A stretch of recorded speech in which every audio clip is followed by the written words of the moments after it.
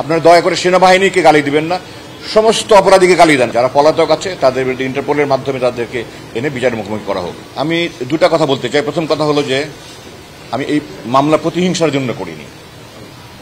আমি প্রতিহিংসা পরায়ণ নয়, আমি জিজ্ঞাসা পরায়ণ নয়, আমার কোনো হিংসা নেই।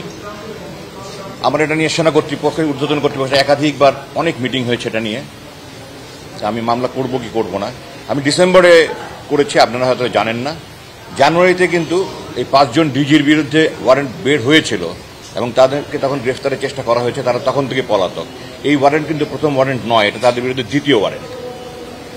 আমি মামলা করেছি শেষ পর্যন্ত এই কথা চিন্তা করে যে আমি দেশবাসীকে একটা মেসেজ দিতে চাই, যারা ভবিষ্যতে রাষ্ট্রপ্রধান, সরকার প্রধান হবে এবং বিভিন্ন বাহিনীর প্রধান হবে, তাদের কাছে আমি মেসেজ দিতে চাই যে অন্যায় করে, জুলুম করে, মানুষের অধিকার লঙ্ঘন করে কেউ পার পেতে পারে না।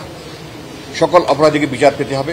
বাট আমি এই জিনিসটা দৃঢ়ভাবে বলতে চাই, তাদের উপর কোনো জুলুম হোক, অবিচার হোক, এটা আমি চাই না। আমি চাই তারা সুবিচার পাক, তারা যা বক্তব্য বলার সেটা বলার সুযোগ পাক এবং মাননীয় আদালত তাদের সমস্ত বক্তব্য শুনে যেন তাদের সুবিচার করেন, সেটাই আমি চাইব। আমি চাই না তাদের অবিচার হোক। যে যতটুকু করেছে তার ততটুকু পাওনা সে যেন পেয়ে যায়, বাকি আখিরাতের কথা পরে থাকবে। আমার দ্বিতীয় মেসেজ হলো, যেটা আমার আগে বলে গেছেন, আমি আজকে সকালে স্ট্যাটাস দিয়েছি, এই জন্য আমি হাজার হাজার মানুষের কাছে গালি খাচ্ছি ফেসবুকে। আমি সেনাবাহিনীকে কেন ডিফেন্ড করতে চাই। এই যে 25 জন অপরাধীর বিরুদ্ধে ওয়ারেন্ট ইস্যু হয়েছে, এরা একজনও কিন্তু সেনাবাহিনীর অভ্যন্তরে থেকে কোনো অপরাধ করার কারণে ওয়ারেন্ট বের হয়নি। তারা সেনাবাহিনীর বাইরে এসে, সেনাপ্রধানের নিয়ন্ত্রণের বাইরে এসে তারা এগুলি করেছে। এবং এই সংখ্যাটা কিন্তু সেনাবাহিনীর 1000 ভাগের 1 ভাগও নয়। একটা প্রতিষ্ঠানের 999 জন ভালো আর একজন খারাপ, তার জন্য পুরা বাহিনীকে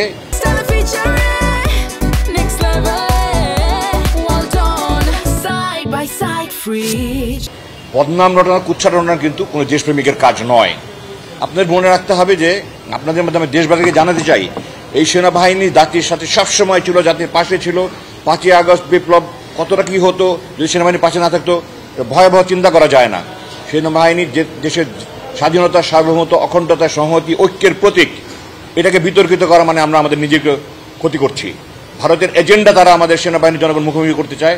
আমরা যদি নিজেরা এই দেশের জনগণ যদি সেনাবাহিনীর মুখোমুখি হয়, এই অসাধু, এই দুর্নীতিপরায়ণ কিছু অফিসারের জন্য দেশের ক্ষতি হবে, আমার আপনার ক্ষতি হবে। আপনারা দয়া করে সেনাবাহিনীকে গালি দিবেন না, সমস্ত অপরাধীকে গালি দেন। আমি দিচ্ছি, আমি মামলা করেছি। আমি সেনা কর্তৃপক্ষকে ধন্যবাদ জানাতে চাই যে তারা এই আইনি প্রক্রিয়া যেন সহজভাবে, সুন্দরভাবে চলতে পারে, এই জন্য সহায়তা করছে। জেনারেল ওয়াকার সহ সেনা কর্তৃপক্ষ যারা সংশ্লিষ্ট আছে সবাইকে ধন্যবাদ জানাতে চাই।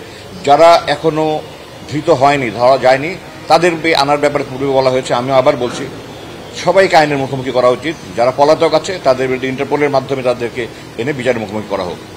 আমি চাই দেশবাসী যেন ভবিষ্যতে আর কোনো স্বৈরাচার না দেখে, দেশবাসী যেন আর ভবিষ্যতে কোনো খুনি জেনারেল জিয়া, খুনি জেনারেল মুজিব না দেখে। আমরা যেন সবাই এক স্বাধীনতা, সার্বভৌমত্ব, অখণ্ডতা রক্ষার জন্য একসাথে থাকতে পারি এবং সুখী, শান্তিপূর্ণ, সমৃদ্ধ বাংলাদেশ গড়ে তুলতে পারি। এই কামনা করে আমি শেষ করছি। আপনাদের সবাইকে ধন্যবাদ। আসসালামু আলাইকুম।